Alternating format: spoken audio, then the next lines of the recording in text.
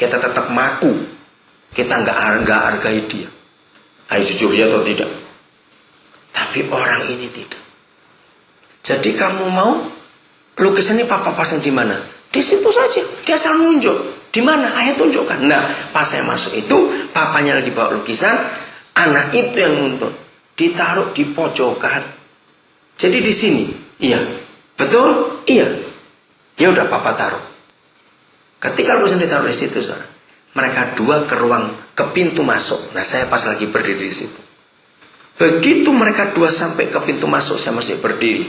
Papanya ngomong gini, sekarang kamu lihat, kalau kamu usul lukisan taruh di situ, nggak ada orang bisa lihat. Kalau ada tamu masuk, saudara, saya nggak akan lupa mimik wajah anak itu sambil ngelihat papanya senyum-senyum cengir-cengir. Bisa bayangkan anak kecil kalau lagi salah? Lo bisa bayangkan nggak? Saudara tahu mimik itu bicara apa? Sangat dalam. Maka dia akan ingat peristiwa itu sampai dia mati nanti. Bahwa lukisan tidak boleh diletakkan di bawah, harus digantung. Buat saya bertamu ke rumah keluarga itu seperti kuliah 20 semester, saudara. Kenapa? Ini berharga sekali buat saya. Menghargai pendapat anak tanpa direndahkan. Setuju tidak kebenaran ini? Dan membicarakan dengan anak-anak untuk kasus apa saja. Tolong guru-guru TK beritahu guru-guru sekolah minggu, anak-anak kecil yang usil di kelas, suka ganggu, suka bentak, suka pukul meja, jangan bentak balik. Ini anaknya siapa ini? Kalau anak bentak, mati itu anak. Terus begitu. Saudara, hari ini belajar 100% anak-anak yang begitu, karena ditekan di rumah, nggak pernah diberi kesempatan untuk ngomong. Begitu keluar rumah, bebas dia ngakukan apa saja. Nah, kebebasannya itu berupa kejengkelan, pukul, cubit temannya, ganggu. Karena di rumah nggak pernah dihargai. Hebat nggak kata membicarakan dengan anak-anak. Nah, jadi kalau sejak kecil kita ini orang tua mengajarkan ini pada anak-anak dalam ketulusan tidak munafik, anak-anak akan tetap memuliakan Papa di surga. Karena anak yang seperti itu akan respect pada Papa Mama. Dan orang tidak akan mencari celah untuk menyalahkan anak ini. Ingat, semua kita pasti punya kata yang sama. Kalau lihat ada anak yang nakal, anak yang kurang ajar, mulut kita keluar apa kata apa? Anak sopo dia, naik. Betul nggak mungkin bilang ini kucingnya sopo ini, nggak mungkin begitu. Ini anaknya siapa ini? Maksudnya apa itu? Tanya ini anaknya siapa? Itu apa? Siapa jawab? Maksudnya apa? Ini anaknya siapa? Ini itu artinya apa? Saya mau dengar. Maksudnya apa? Susah benar saudara. Ini anaknya siapa? Ini itu artinya apa? Apa? Bukan. Bapak Indigio. Itu maksudnya. Lu kan begitu. Anaknya siapa kan tanya orang tuanya dong. Maksudnya engkongnya mana? Gak mungkin. Yang ditanya adalah papanya mana ini. Saudara, tolong ya guru-guru ajar itu. Begitu anak itu berontak di kelas, ajak duduk. Jadi kamu mau apa? Terus kenapa? Begitu anak itu kasih kesempatan, dia akan keluar semua. Nah, kita perlu datangi orang tuanya kalau sudah begitu. Untuk mereka harus belajar. Sampaikan ayat ini kepada semua orang, khususnya yang baru menikah dan baru punya anak. Penting membicarakan apa-apa dengan anak. Nah, surga memberi kita 4 tempat. Lihat, nomor 1. Apabila di mana? Yang pertama, ayo baca ayat 7.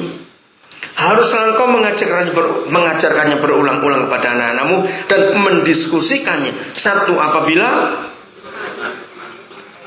duduk, kata duduk itu jangan dilewati. Apabila engkau sedang duduk di rumah. Karena saya seorang pendidik, saya betul-betul mempelajari Alkitab dari sudut pendidikan. Saudara, hari-hari ini orang lagi sibuk cari sekolah buat anak, bukan? Saya mau anjurkan kepada saudara, jangan sekali-kali milih sekolah favorit, sekolah mahal. Belum tentu sekolah internasional pun baik. Karena firman Tuhan mengajarkan sekolah terbaik itu di rumah. Ulangi, 1, 2, 3. Sekolah terbaik itu di rumah. Karena ayat ini, apabila engkau duduk di rumah. Kalau sekolah terbaik itu di rumah, gurunya siapa? Nah, papa mama lagi. Bukan guru-guru hebat itu, di rumah. Maka itu kita seringkali munafik setelah gede gini jadi Kristen. Karena dari kecil kita di rumah belajar munafik. Orang tua seringkali terlambat ketika sadar harus ngajar duduk di rumah. Setelah anak itu remaja, umur belasan tahun, yang gak pernah pulang malam, ini jam 12 belum pulang, dan biasanya papa atau mama sudah kayak teko mengkerik begitu di depan pintu. Tahu teko kan begitu kayaknya. Begitu dengar anak itu pulang, pasti ngomong, mulai besok duduk. Baru sadar ayat ini dipakai. Tapi terlambat. Setelah anak kita remaja, mereka nggak akan bisa duduk dengan kita di rumah, sebab mereka sudah punya dunia sendiri. Kira-kira terjadi apa? Kalau orang tua dengan gaya teko tadi, anak itu ngapain? Coba jawab, saudara. Apa? Berontak. Terlambat. Jadi keluar Ulangan 6 ini akan sangat berarti sebelum anak kita umur 5 tahun. Sebelum usia sekolah.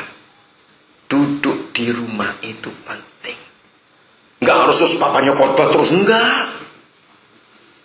Duduk di rumah itu sambil belajar. Ngomong ini, nonton TV. Anak itu melihat semua yang kita buat, saudara. Nomor 2. Di mana lagi?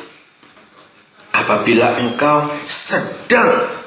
Jangan lupa kata sedang, itu penting. Sedang dalam perjalanan. Penting sekali kata sedang ini.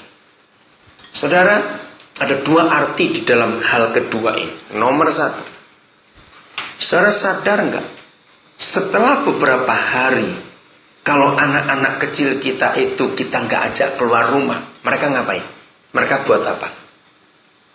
Ayo, setelah beberapa hari kita enggak ajak keluar anak-anak itu, mereka minta apa? Minta jalan. Nah, kita yang goblok. Anak kecil ngatur orang tua. Enggak baca Alkitab ini orang tuanya. Justru waktu anak kita minta jalan, itulah waktu belajar yang kedua. Lihat, mengapa anak-anak setelah umur 3 tahunan kurang lebih, lihat ya, itu cerewetnya luar biasa. Betul tidak? Dengar ini, tanya, itu apa itu? Itu apa itu? Ngelihat tanya, semuanya ditanya. Saudara, Alkitab ini dahsyat. Tapi kita seringkali bentak anak itu, kecil-kecil banyak mulut, diam kamu.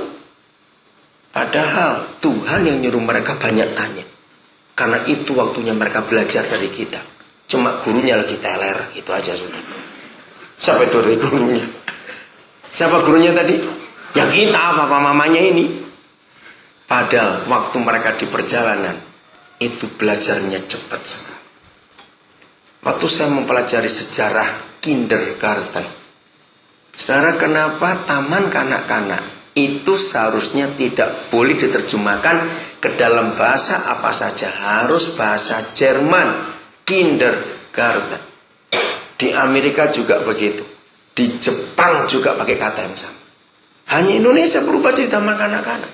Di Australia, di negara mana saja harus pakai bahasa Jerman. Kenapa? Karena penemunya orang Jerman. Awal abad yang pertengahan abad yang ke-19. Anak seorang pendeta dari kota Dresden di Jerman.